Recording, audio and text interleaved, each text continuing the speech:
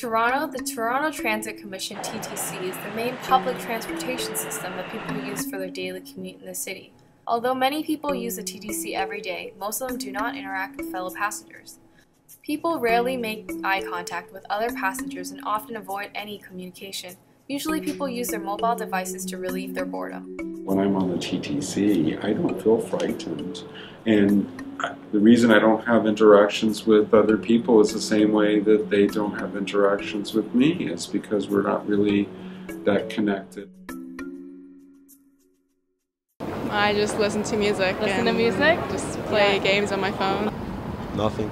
There's nothing to do. There's no Wi-Fi, No, nothing, just stand there. I just sit there and look around. I usually listen to music and then go to sleep with my headphones in.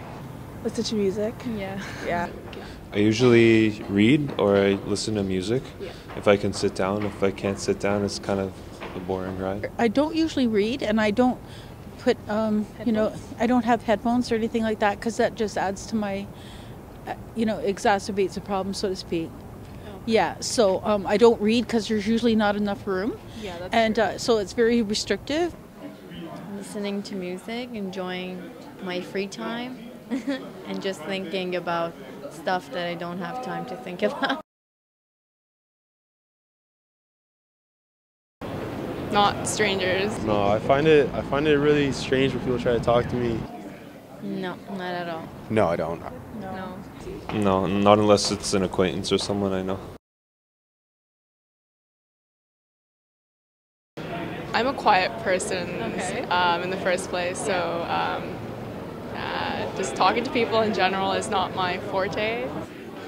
Well, because I don't know them, and I don't know, it feels awkward to talk to people that I have no idea where they're from. There's like a time and place for that. I will talk. Yeah, I'm a very social person.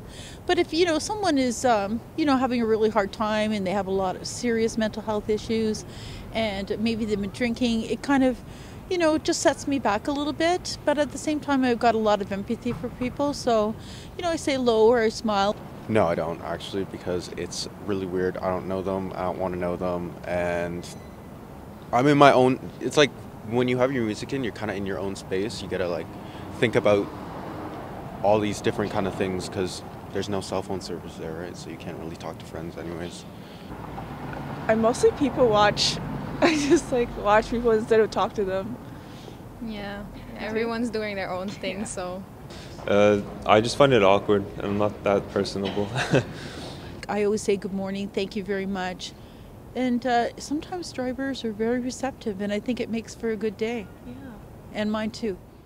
Did you know some of the worst violations of transit etiquette include leaning against poles, sitting too close, playing music without headphones, taking up space with your bags, and the worst being talking to people?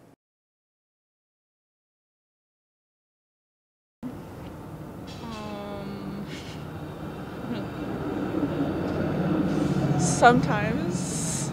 Yes and no. No, because you're surrounded by people physically, but mentally and psychologically, yes, because no one really knows you, and I don't think they'd care to know you anyways. No, I think that would be the most advantage of the public transportation, that you're not alone. And yeah, that also can be a disadvantage, but for sure I don't feel alone. No, I have music or something. No, not really. No? Why is that? You just feel like it's like one of those things of everyday life, right? Yeah, I have my music and everything, so it doesn't really make me feel lonely. And sometimes I'm with my friends, so it's not very lonely.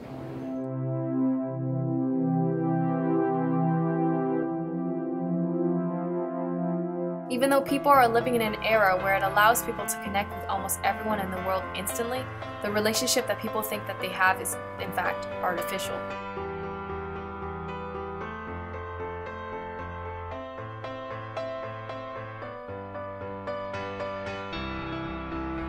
Is it then the technology which is causing people to be isolated? Professor Pettit says this is not the case. And so I think that's the solution, to recognize that there are some very complicated, difficult issues to sort out with these technologies? Are they making us more socially isolated or not? And as long as we keep asking that question and interrogating our own behavior, then I think we'll be okay. Because we have to think about what they mean, because they're not going to go away. And so it's incumbent upon each of us to give a more careful, deliberate consideration